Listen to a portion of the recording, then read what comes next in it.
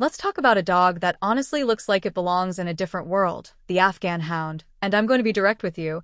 This is not a simple pet dog.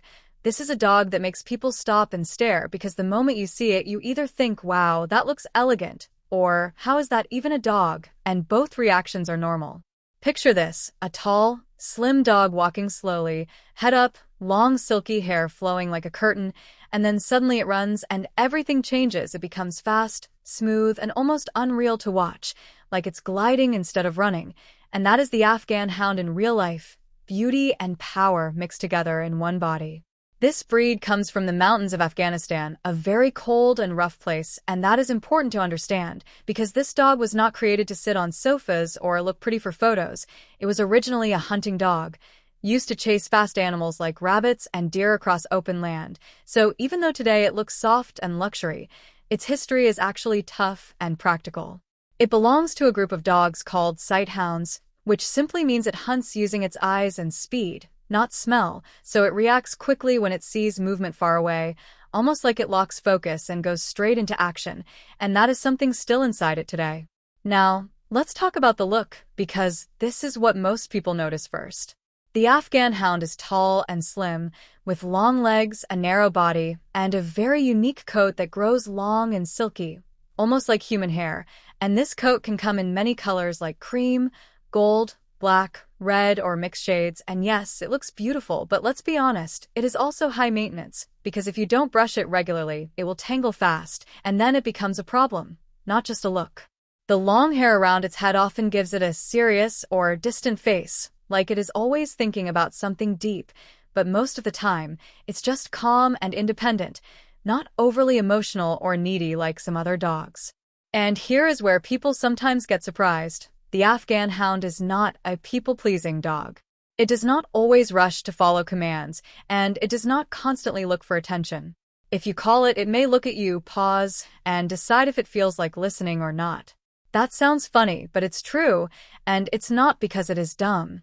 It is actually intelligent in a different way. It just has a strong, independent personality. So if you want a dog that blindly follows everything, this is not it. But if you respect its space and understand its nature, it can build a quiet bond with you, not loud love, but calm loyalty. In the home, the Afghan Hound is usually peaceful, not noisy, not chaotic, just calm, sometimes even a bit lazy-looking when it is resting, but outside it changes. This is a dog that needs movement, it needs space to run, because running is in its body, not just exercise, it is instinct. And when it runs, it is honestly one of the most beautiful things you can see in the dog world. Long hair flowing behind it, legs stretching far, speed without effort, like it is designed for motion. But if you keep it locked in small spaces with no activity, it can get bored, and bored dogs often develop habits like restlessness or destruction. So this is not a dog you ignore. Training this breed is simple in idea, but not always easy in real life. It does not respond well to shouting or force. It just shuts down or walks away mentally, so the best way is patience, repetition, and calm communication. Short training sessions work better than long ones, and rewards work better than pressure. You have to understand that this dog is not trying to challenge you. It just has its own pace. Socializing it early is also important, so it learns how to behave around different people and environments without becoming too distant or too sensitive. Now, grooming, let's be honest, this is a big part of owning an Afghan Hound. That long coat is not wash and go. It needs regular brushing, careful cleaning, and attention. Otherwise, it becomes messy quickly. Some people enjoy this bonding time, some find it tiring, but either way, it is part of the responsibility. Health-wise, it is generally a strong breed, but like many large dogs, it can have hip issues or stomach sensitivity, so good food and regular checkups matter. Most Afghan Hounds live around 12 to 14 years, if well cared for. So if I have to describe it in a simple, honest way, the Afghan Hound is not a beginner-friendly, low-maintenance pet. It is a dog with attitude, beauty, independence, and a strong past, and living with it means accepting that it will not behave like a typical obedient dog. It will think for itself, move in its own rhythm, and sometimes ignore you. But at the same time, it gives you something rare, a quiet, elegant presence that feels almost like living with a moving piece of art. Thanks for watching.